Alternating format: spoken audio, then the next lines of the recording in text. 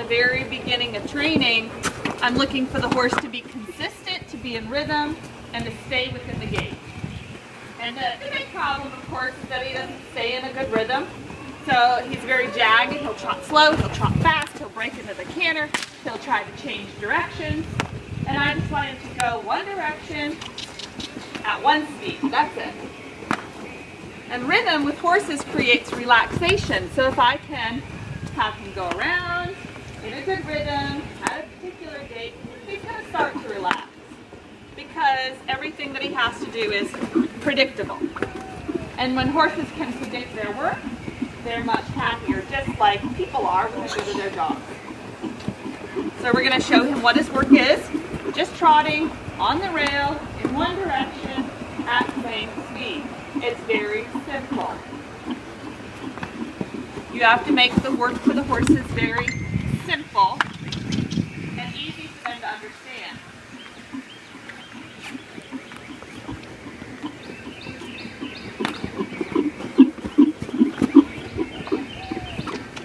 Good. Good.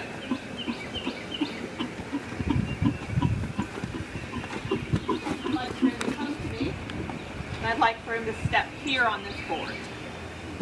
Good boy. He has one toe on it. That's okay. It's not perfect. It's a start. Come. Good. Good boy. And the reason that we use a mark or a target board is it gives a horse a place to plant its feet. And anytime a horse can plant their feet, they can then use their brain. It creates a place for him to stand and be safe. It creates a place for him to stand and rest. And I'm creating an association of this little board to relaxation and rest. And you can see, we're in the very beginning of working with this horse. He's a little fidgety when he's standing still. He's not super relaxed. I'd like for him just to stand and take a deep breath. Good boy. And anytime he brings his foot off the board, I'll put it back. For today, I only need him to put one foot on. He doesn't need to have both. Good boy. Good boy. Good. Good. And while he's standing here, I'm going to take the opportunity to rub him with this whip. A couple of days ago, he was pretty nervous about it. So I'm still trying to make him relaxed with the use of the whip. The whip to me is an extension of my arm. It's not necessarily something to punish a horse. It's not something that should scare a horse. Good.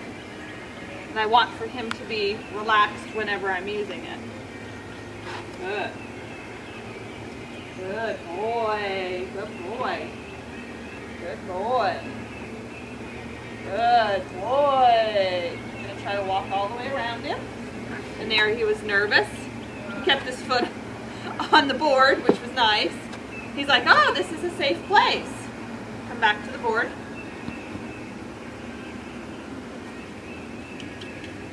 Good boy.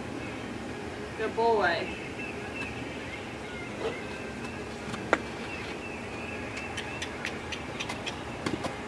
Good boy. Good. And I just want to stay in one place. Good.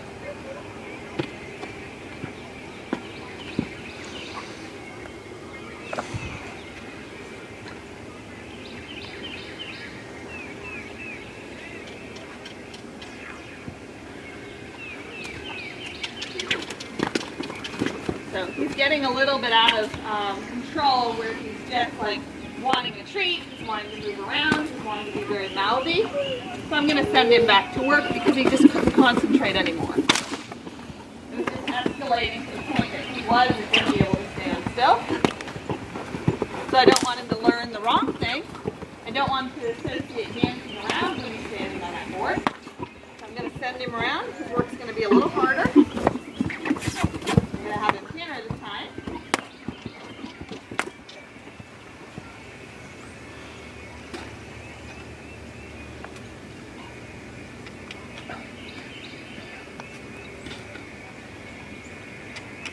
Good boy! And there he stepped on the mark. So I'm going to treat him and reward him for that. And hopefully we're going to stand here quietly for a minute so he can catch his breath. He's got to be able to fill up with oxygen again. It's really important to horses that they have oxygen.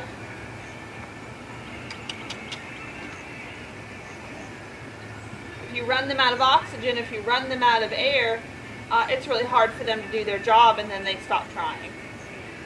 They have to make sure that they can breathe and have enough oxygen to fuel all their muscles. Good. I'm going to introduce the saddle pad today. We did a surcingle before, but no pad. I'm going to show him the saddle pad and let him sniff it. I don't know if this horse has ever had a winter blanket on. Most of the time with young horses, the answer is no. So I'm going to make sure that I introduce it correctly.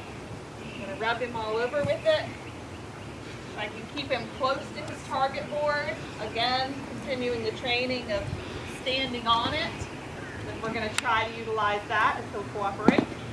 Good.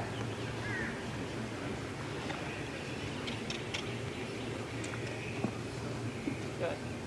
Good.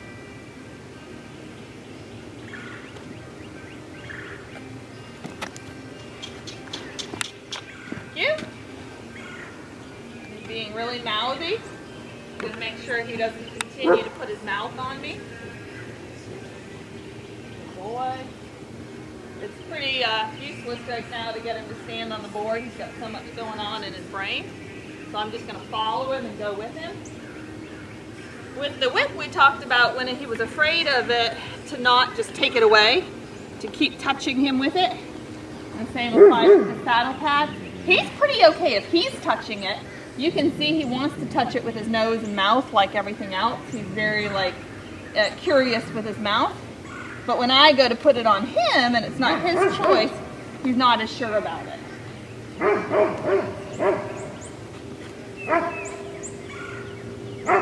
going to be really careful about the hind legs because with this horse we haven't investigated a whole lot about the hind legs yet. I'm going to make sure that I stay away from the hind end, especially on this right side.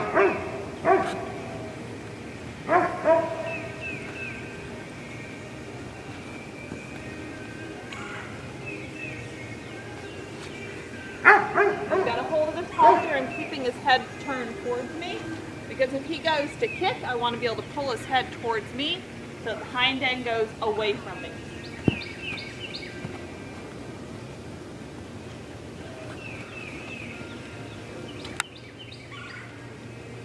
Cool.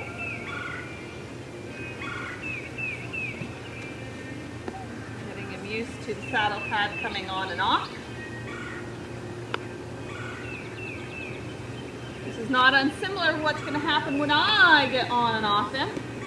So I want to make sure I do this a lot. There, he was pretty nervous. Pretty nervous about this motion.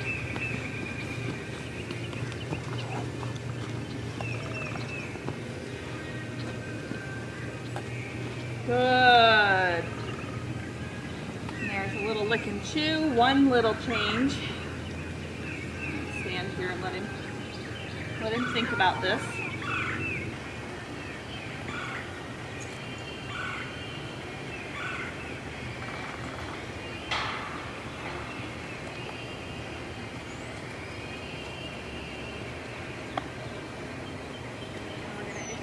Saddle. Today it's an English saddle. Step before we put a Western saddle on him. He's trying to eat it. He's not afraid of it.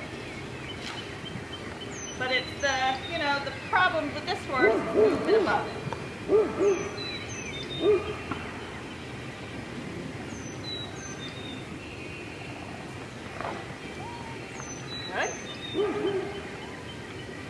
Try that again. Be nervous about it.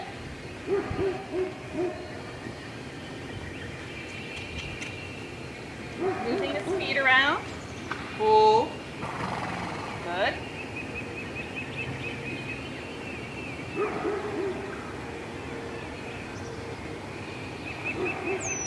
Better that time.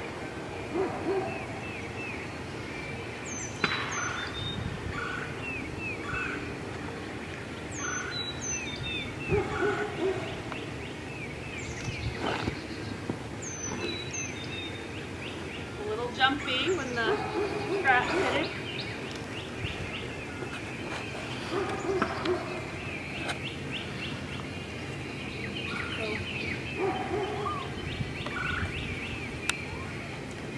Good. No, no, no. No. Keep his feet still. Good. So I put the saddle on him. He jumped a little bit like he had before, but he kept his feet still. I want to stand here and relax. Good. Good. If I take more time during this step, I'm going to save somebody a lot of work through the lifetime of this horse. The horse can learn to stand quietly, or he can learn to dance around. Either way, he's going to learn something about the saddling process, and I prefer for it to be the right thing, because it will last him a lifetime, whatever it is that he doesn't learn. Good.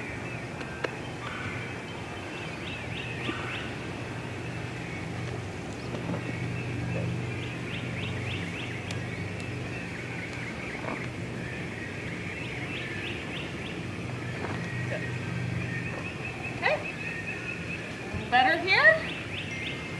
Easier? Good. Now the other side, what I do on one side, I'll always do on the other.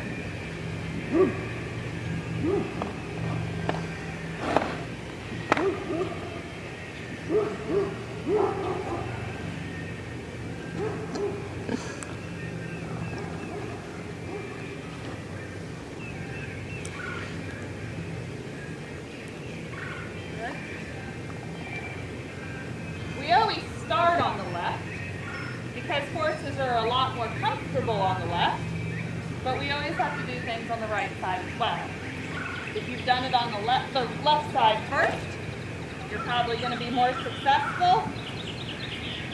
But from my experience when working with very young horses that have not been handled on the right, you have to be twice as careful on that right side.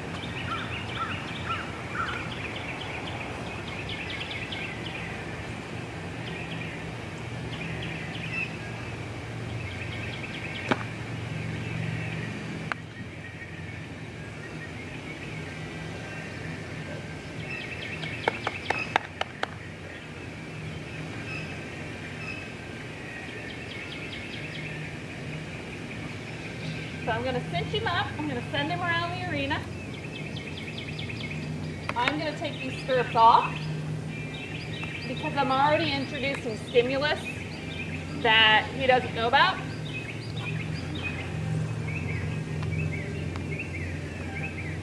And I don't want them to bang around and scare him any more than he may already be scared. So I'm going to mitigate some of my risk by taking the stirrups off.